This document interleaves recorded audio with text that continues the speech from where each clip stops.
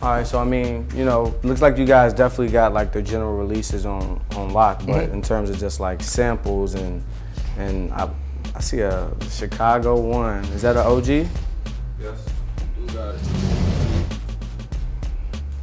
So what's the story behind this? Someone brought this shoe on consignment, so we took it. And obviously, it's not in the best shape. This is more a collector's item for somebody that if they wanted the shoe, you know, a rare shoe from 1985. It's not, like I said, it's not in the best condition in the world, but people paid money for it, so we put it in the case. Okay. How much is that one going for? $1,200. $1,200. Then this is a really rare shoe. It's a mesh sample 11. They played with the idea of putting mesh instead of the suede material on the 11 before they re-retroed them again. So this shoe right here is pretty hard to find. Some people don't even know that they did that with the Cool Ray. Well, yeah, this is from 2010, pretty sure. I'd say it's like 2009, 2010. I actually acquired this shoe and I bought it for my own personal collection, but honestly, yeah, so it's from 2010. It's too small for me. I need a 9.5 or a 10 in 11s. Yeah. So I tried it out. Like I said, I bought it for myself, and then I brought it to the store so someone else could enjoy it. I only keep my shoes that I could wear. Yeah. I'm not one of those people. There's crazy PE collectors out there who collect the craziest PEs of size 14, 15, 16, 18. 20, whatever. That's not me. And there's nothing wrong with what they do. I give them all the credit in the world. Dependable J, PE Vault, Baby Dill, Soul Supreme. All these dudes have the most ridiculous PE collections I've ever seen.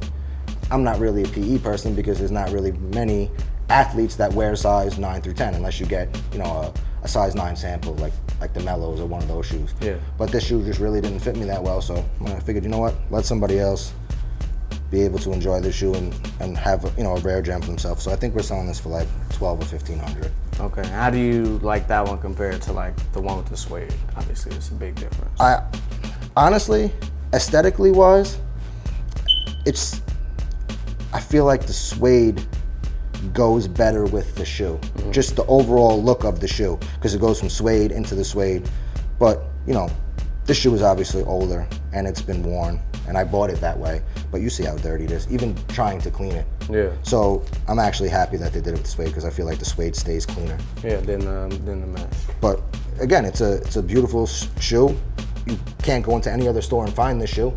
So for somebody who wants to come in and buy a rare shoe, that's one right there for them. Then we have stuff like, the Revis 112, another Revis sample. You know, these are harder to get shoes. I don't know if you know the 112 comes from the Brooklyn zip code. Yeah. DJ Clark Kent. Who designed all those shoes. So, you know, that's a different type of shoe that maybe you wouldn't find other places. Can we see that Kobe sample? Of course. The lead. I don't think it's a sample though. So that's an ID, or because I thought I'd seen that online somewhere. The European release. I'm just trying. I think it's HTM. Okay. Yeah. HTM. See, again, I'm not really big into the Kobe's and the KDs like that. I have the collections and stuff like that, just the complete collections that I've made. But in terms of actual sneakers that I personally collect for myself, I'm more of the Jordan person. That's my thing. I mean, I have a ton of LeBron samples too, but I was getting those LeBron samples before other people started to get into those LeBron samples, and now everybody has LeBron samples. Yeah. So when I was doing it, it was kind of a little bit different because I was showing shoes necessarily that people haven't seen before. Now there's no LeBron samples since that whole entire thing happened that people haven't seen. So they're everywhere. Honestly, LeBron samples are pretty much like limited releases. They make 50 pairs, 70 pairs, 80 pairs, 100 pairs. But they're acquirable. But they're acquirable, and they're everywhere. There's very few, which there are some that are one of one, a couple that have low numbers. But besides those, I mean, LeBron samples are normal now. Like you see them everywhere. I mean, you go to different people's pages and it almost seems like everybody got them. Yeah, really. You know, in reality, if you look at it, the way Instagram makes it look like with all these people who acquire a shoe, wear it for a picture, and then sell it the next day. Then someone else has it on their page. It almost looks like there's 1,000 pairs of these shoes, when in reality there's maybe like 60, 50, 40, 100. But the way Instagram makes it look like there's way more than there is. Yeah, of course. And then people are reusing the same pictures sometimes. Of course, yeah, reusing the same pictures. And yeah, again, I've kind of switched up my whole thing with Instagram, and people have been like, you're on a different path of where you were before. Yeah. I enjoyed showing the shoes, but it got to the point where everybody got a camera. Then after everybody got a camera, everyone was like, okay, well, I got these cameras, I'm taking dope pictures of these general release shoes. I need to invest in harder to get shoes. Yeah. So everyone started getting those harder to get shoes. Then it was like, okay, I got these DBs, these bins, I'm not getting enough attention. Let me buy samples. Yeah. And then that's when the whole sample market went to a completely another level. Like when I was buying LeBron samples, they were cheap. Not cheap in the sense like, you know, $400 or $500 cheap, but they're not expensive. Between $800 to $2,500 for the more rare items. Right. Watch the Thrones, stuff like that. Now you have these shoes that, you know, those Hardwood Classic 7s and 8s, they used to go for $1,800 to $2,200. Now people are selling them for $3,500, $4,000, $5,000.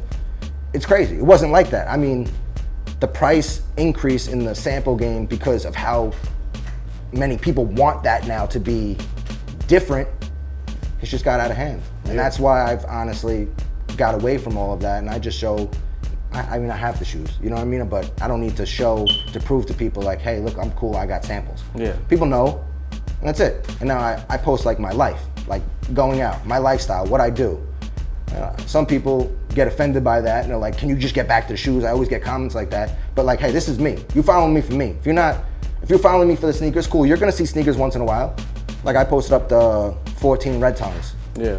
Which I haven't posted up in a long time. I have the shoes, I got shoes, but at the end of the day, it's more about me as a person. My Instagram page is a reflection of me individually. And what you're which I doing. feel like a lot of people have got away from that, and their pages are just strictly sneakers. There's gotta be more to life than sneakers. Exactly. Like, go out, enjoy yourself. Have a nice meal. Go out with your friends. Wearing the sneakers, of course you're gonna be wearing the sneakers, but at the same point, have fun. Don't make it just about this little world of sneakers. Yeah, and it's a competition. And for a lot of it's and a competition, and that's one of those things that's funny. I was actually gonna put up a post, which I probably put up later tonight or something. Someone wrote a comment to me, and they said like, you're the king of the East and Perfect Pair is the king of the West. Now, I'm humbled by that comment, but in reality, I could care less. I'm not in competition with Kenny. I'm not in competition with anyone that's out here.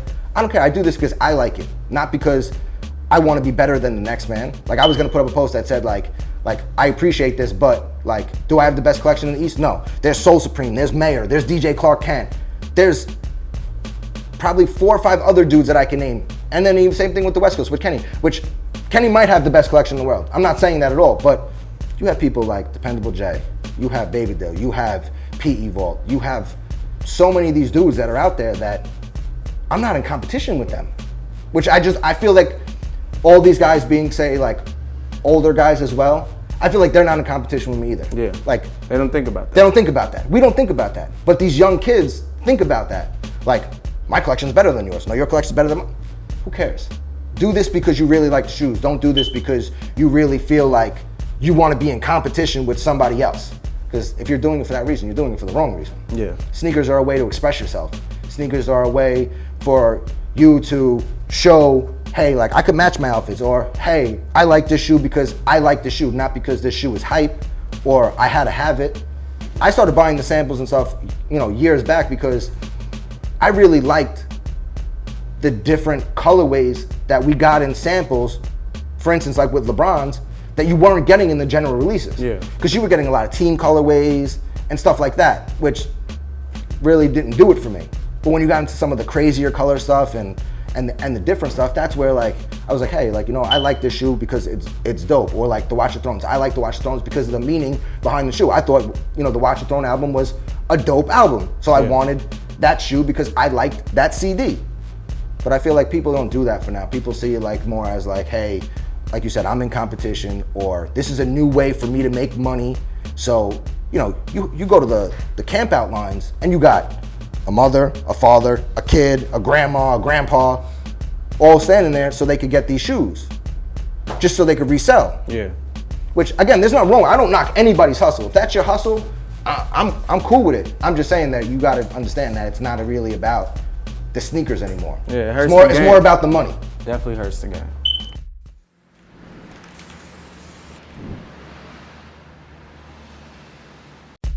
Honestly, the best shoe that has released quality-wise in this year is those Shadow Backboards. Really? Those Shadow Backboards, the leather on them is really They good. kind of come close to the Chicago's too, though. The ones not Chicago's, exactly. yeah, but see, like, it's weird because I've seen pairs of Chicago's that look better than other pairs. Like all the crazy wild shit, I don't like it. I don't like it. Don't like it at all. I like my favorite foams are the original ones, the old royal blue versus the pennies. Those are my favorite ones out of all of them.